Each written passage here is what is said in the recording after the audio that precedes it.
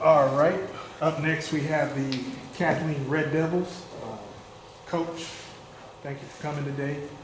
If you can, introduce yourself and the players that you brought with you to represent the program. I'm Saul Spates, head football coach, Kathleen High School, going into year 3. I'll start to my right. We have Bo Miller, class of 2025, center. Ethan MacArthur, O-line, D-line, class of 2025 as well. And then lastly, but not least, Jimmy Pierce, outside linebacker, class of 2026. All right, Coach, you decided to bring these players to represent the program today. If you can, talk about each one briefly, what they bring to your program from a character and athletic standpoint, and what college coaches can expect to see out of each if they stop by and visit practice or watch the spring game in person. Well, all of these guys have been in the program since I took over as head coach. So I go in the same order, start with Bo. Bo was a young sophomore that started lifting with us back in the 2022, before the 2022 season. And I just asked him one day, hey, what position you play? Offensive line, and I play center. And from that point on, from 2022 all the way to now, he's been our starting center. He was a little small at the time, maybe 200 pounds, soaking wet. But he took his lumps. He stayed out there. He was consistent. Sometimes, we had some tough times, but Bo's definitely pushed through. And I'm excited about his growth and how far he's come as a young man, and definitely excited to see what he put together his senior year. Ethan MacArthur has been playing varsity, between varsity and but varsity since his freshman year. His freshman year, he ended up, we're on the road, big contest against Bartow. He's getting his second start. And he's been pretty much playing both sides of the ball all the way since then. It's almost like one of the ones that, dang, I can't believe he's a senior now. I remember when he first came in. And I'm definitely excited about his prospects. Made first team All-County with the Lakeland Ledger, first team All-FACA district. And college coaches are going to look for a mean, tenacious defensive tackle that plays with an edge, for sure. Jimmy Pierce, another one of our young kids, same thing as Bo. They both came in around the same time that summer. And the kid jumped off the charts immediately. He was lifting more than some of the upperclassmen at the time. And he ended up making it to regionals as a weightlifter his freshman year as well. Been starting for us at outside linebacker, took his lumps, played through some injuries, showed toughness. And now going from one of the younger guys to now being a leader. And I believe he's embraced that. He's fully engulfed himself in that. The kids look up to him, and on the field you're going to see a kid that's going to work hard, that's going to run to the football, going to fly to the football, and definitely going to jump off the screen with his athletic ability. This question is for all the players to answer individually. If you can, what are your individual goals that you hope to accomplish this spring? And then what are some of the team goals that you hope to see you guys reach during this spring period? I think we just need to win games. That's everything else already been said. You said personal and team. Mm-hmm. Personal goal. Hopefully we have some off the I want to try to make all save this year. We're gonna try to shoot high, go for it, and then as a team, praying. I know we will come together a lot more in a lot more games. I feel like we'll shock a lot of people this year. I know it was said before, but we really mean it this time. Gotta go out big from the senior year. So. As a team, I just think we need to execute more. Just stay together a little bit longer, grow as a team a little bit. Personal goals is to really just focus on, getting my maxes up, getting faster, and just getting some recognition from some colleges. Coach, what has been the biggest challenge that you faced,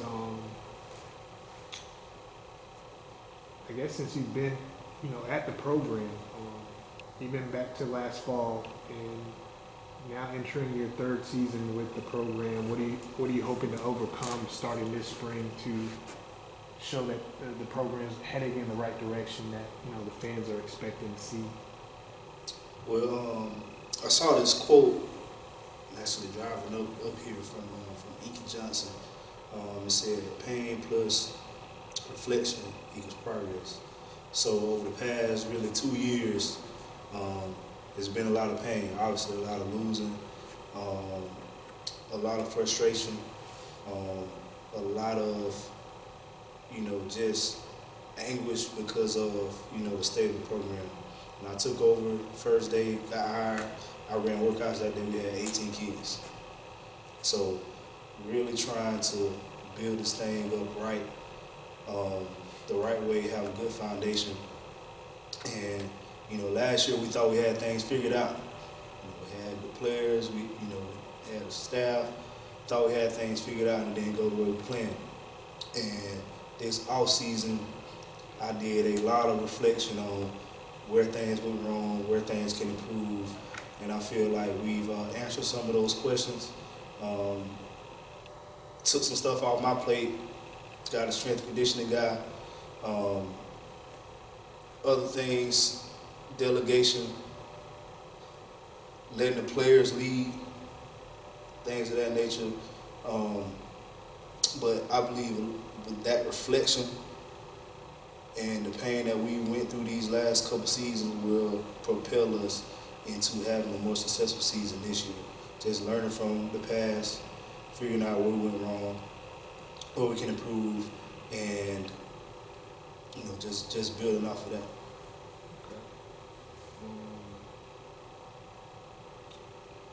Looking at your fall schedule, you played 7 teams that made the playoffs in 2023. Your spring game opponent is Haines City, a team that also made the playoffs last fall. Why did you choose to play Haines City for the spring, and what are you hoping to learn about your team following this game? Well, me and Coach Pat, one of the people I consider a friend in this coaching business. Even though it's not many, but one of the people I consider a friend in this coaching business, and what he's done to kind of resurge that program back to relevance has been great. So I see it as a way of challenging our kids. Like, hey, we're not playing against any soft, easy layup opponent. We come into the spring, we're going to work hard, we're going to push ourselves, and we're going to push ourselves with the spring game as well. So we believe Haines City will produce a great challenge for us and keep everybody on the P's and Q's and laser focus. Like, hey, if we don't come out and do what we're supposed to do in our spring practice and our spring preparation and getting better each week, then we'll go home with a loss, so to speak. And last year we did something similar playing Bartow. We did some good things that game, but obviously, we let it slip away. So hopefully, the opposite will happen. Obviously, we want to fall down by 14 points, but hopefully we'll come out with a win in the end. And to touch on the fall schedule, as Kathleen, we've never shied away from playing people. We've never shied away from scheduling people. If we can schedule, a good schedule with in-county teams or out-of-county teams, like we're not shying away from that aspect. Everyone always says, well, the team that will not be named has trouble scheduling teams, but we're on the schedule every year, regardless of whether we're competitive or not. And we'll go out there and we're going to play them no matter what. So that's the approach we take when we make our schedule, is to challenge ourselves, to make ourselves better so that we can have laser focus, but also, develop our kids into resilient young men, as we say in our we read mantra. Okay. Coach, obviously landscape high school football ever changing a lot, especially this offseason. What's your thoughts? I see you on social media a lot. I mean, you see a lot. I mean, you feel like it's the state of high school football's moving in better direction, or what's your thought? It's kind of a mixed bag. So the good thing is with social media, with online avenues like Huddle and Quick Cut that's here today, kids are allowed to be or have the opportunity to be exposed on a greater scale than they have before. You know, whereas I know like when I was in high school, you know, we used to have to make DVDs and cut them up and send them off, you know, and if you didn't know a coach, like I can send a film to Coach Way in Washington State.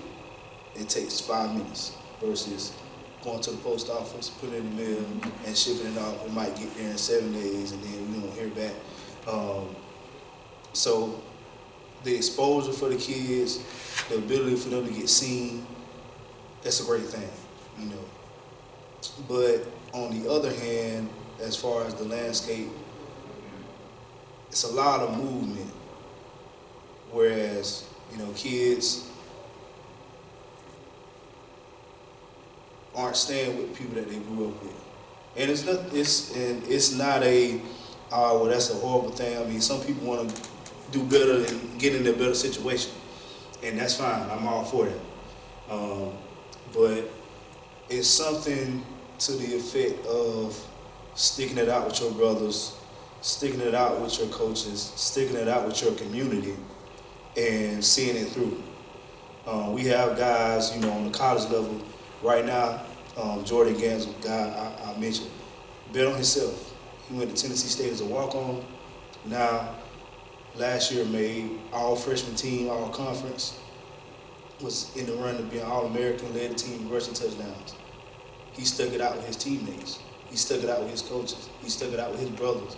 And now those character traits are shown on the college level. So, you know, that's one thing I try to instill in our kids, man. If you take a path, you take, you know, a tough road, just see it through. Because in the end, you're going to come out better for it. And when you do go through tough times and you do go through adversity, you can always tap back into that time like, hey, man, I remember when it was tough and we were going through it. NIL, good or bad for high school football? Like I said, it's a mixed bag. You know, some people, it's good for a kid that, you know, that want to get out of a bad situation and get into a better. All for that. You know, if you feel like your situation isn't good in one place and you go there, you know, that's fine. But at what point do you say, hey, is this just a little bit of adversity and can I fight through it? I think that's where the disconnect is right now in college football, well, not college football, in high school football and the landscape. If I go through this little bit of adversity, can I fight through it? Can I come out better? And will I be better at the end? And I guarantee that if people would say yes to that a lot of times, then we will see better results in life from after high school, if that makes sense. Were you a fan of Metro Suburban being scrapped? I mean, for us, it didn't make a difference because, I mean, we're in a district with Lakeland High School, Lake Gibson. So, you know, we had it tough either way. Right. What it did was, if we were to have a great season and we could get past those teams, it gave us a better chance, you know, to play for a state title. But for us, it kind of didn't really make a difference because, you know, we're already in a tough area anyway. So that didn't make, that wasn't too much for me. The thing that kind of had me upset was the lack of talking to the high school coaches and seeing our opinion on it before it was brought to the executive. You know, talk to, you know, come, it's just a poll, like Florida High School Football did, you know, just a poll, see what the coaches are feeling. Like, hey, are you in favor of it? What's the points? Because, I mean, ultimately, in the grand scheme of things, I went to the state championships up in Tallahassee this past year. And we had some great games. We really had some great games on all levels, all classifications, all divisions. We had some really great games this year. And to just scrap it without, okay, where can we improve here? Where can we maybe take this away? Maybe where we can, tweak it a little bit and improve it. We just scrapped the whole thing, like, okay, because, some people didn't like it. So that's my thing on either way it didn't matter.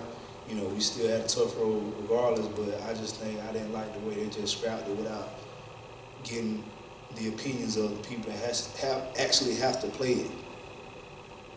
Put an article out, it was a poll story, one of a bunch that I do, but it asked the question of what do you think of the FHSA voting for allowing transfers to play in spring games? I think I've kind of put it out there.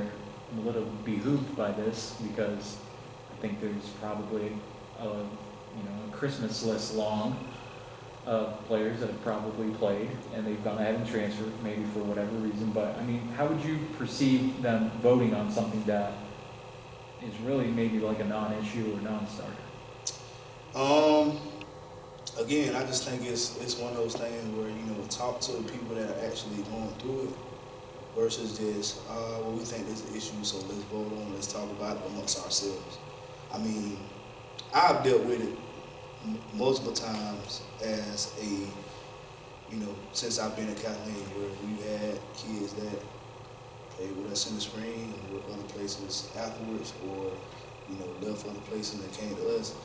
I've seen it on both ends of the spectrum, but it's one of those things where if we're going to talk about it, we're going to vote on it, we're going to put a policy in, let's get opinions from coaches that have actually went through it, coaches that actually have done it or dealt with it, and then see where we go from there. Oh my God. Thank you, Coach. This question is for players. You've all been under Coach Spate's system now since he pretty much got there. So kind of understanding his expectations from the beginning and where he has it for the program now. What do you feel like you guys as the leaders of the team are going to have to do to get those guys, the rest of the team, starting this spring to turn the corner of the program and really start to get it back to what the fan base, the community is used to seeing Kathleen football?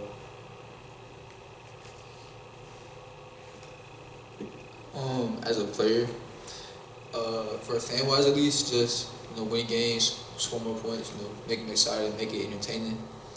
As a team standpoint, to improve on what Space is doing for us players, just really cut all the extra out, like all the extra talking, all the extra playing. There's a lot of blue ball in the team, so they like to mess around, do jokes. We got a lot of young guys, so that, freshmen come in and sophomores, they like to play around a lot. They don't like to really listen, so just make them mature. And the more we mature as a team and stay together, I think the better we're gonna be for coaching and also for game standpoints, for fans to watch. We're all bonding, we ain't screaming and fighting each other. Just make it more enjoyable to watch. Overall, especially for the team, cut it off soft.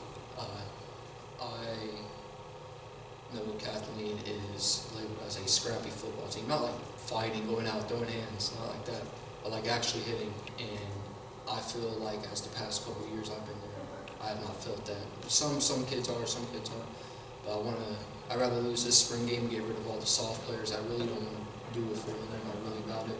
I want to get people beside me that really are about it and really are about what they mean and say, no, I want to do this. I want those people beside me all the way. And I feel like we get that already secures the fan base. They're like, oh, that's that team. You don't mess with them.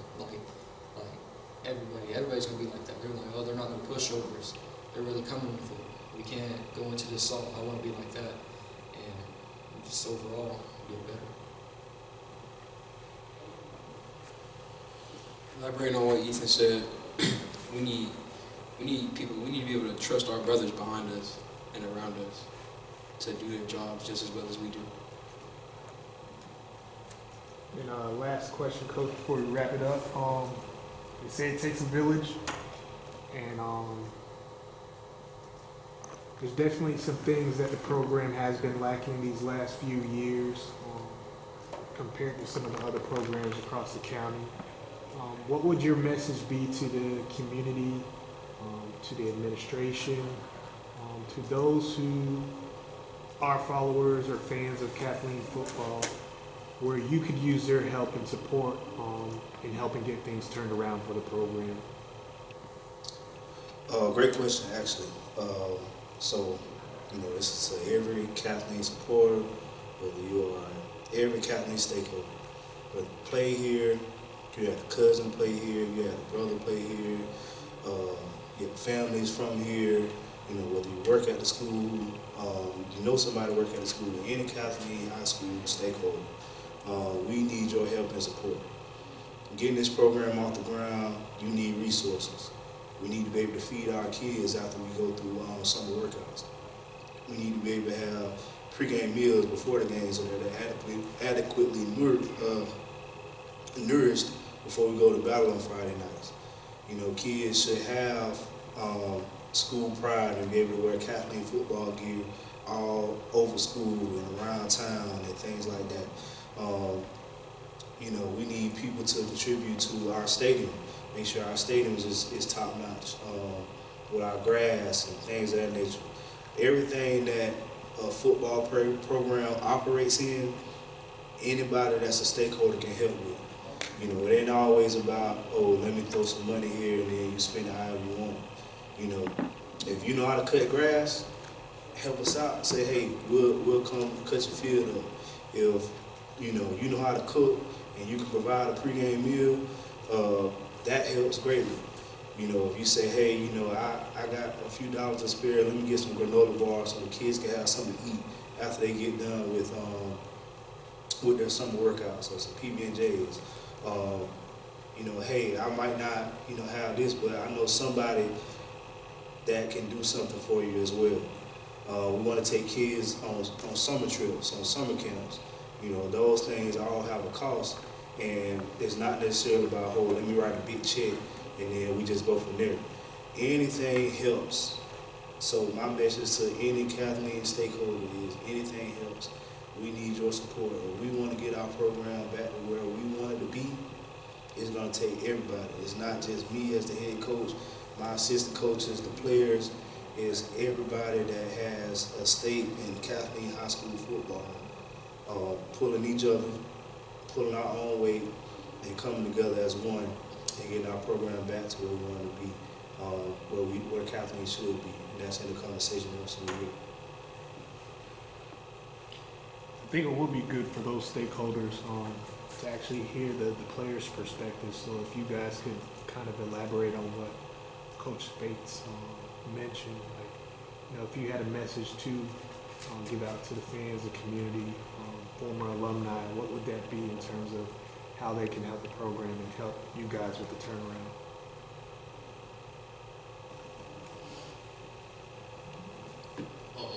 I get it all the time with my Kathleen stuff out all the time. So they always get comments from them. Oh, y'all aren't that good and this, that, y'all don't have this. So my message is to people saying that come help do something about it, please. I'm not trying to be disrespectful or anything, but if you feel some sort of way, try to pitch in and help with it, and we'll take it from there. So somebody said it was our stadium. Everybody knows Kathleen's field. It's the Sand Bowl or something like that? Yeah, it's just, somebody come help us out with grass. Our stadium, it just got rebuilt. We just started it back up. It took so long for us to even get a new stadium. So things like that, and everybody says y'all don't have this and that. Just pitching to help. And if you feel like it's a problem, you should help us out. There ain't no reason for you to sit there and watch by and just complain the whole time and not try to do something about it. Because, at the end of the day, you can say whatever you want, but what are your actions going to prove?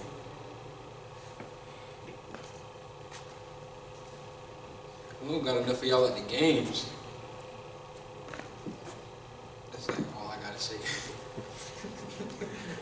All right, Coach, before we let you go, do you have any final words that you'd like to leave fans or college coaches of what they can look out for from your program this spring? Before I get there, I know, like I said before, we did a lot of friction, so just talking about the program. So I've been studying a lot of great coaches at the next level and on my level as well. One great one at the college level seems like the next, top guy, Kirby Smart, talked about the cost of leadership, and I feel like this really covers the program as a whole.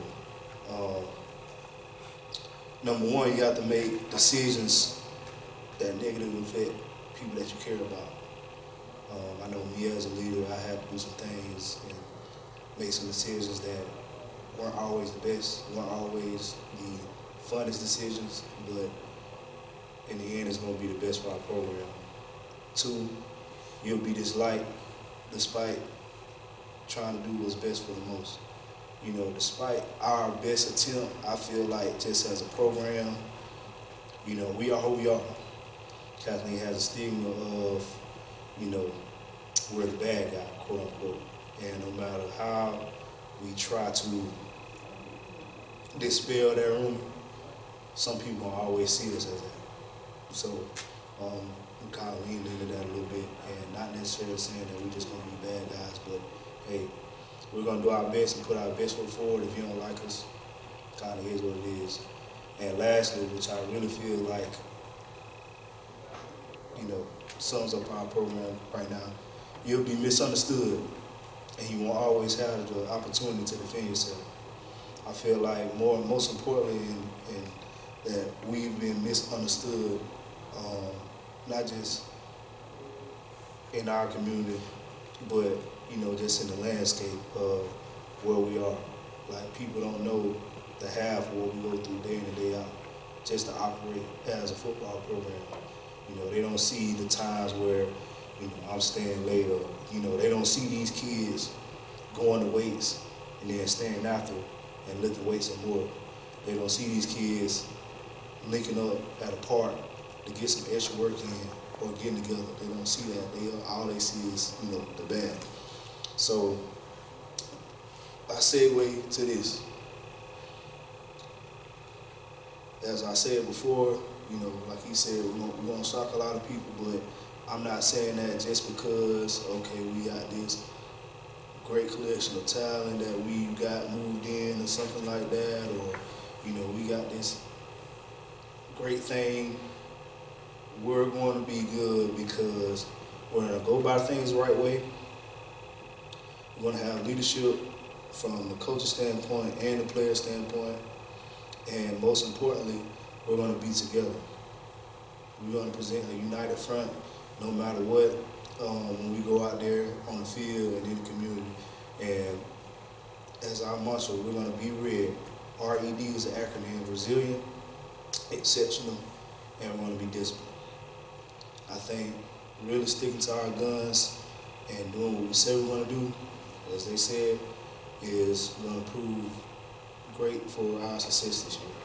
So that's my message to the Kathleen faithful, and as we always say, we're Big Red. All right, Coach. Thank you guys for coming.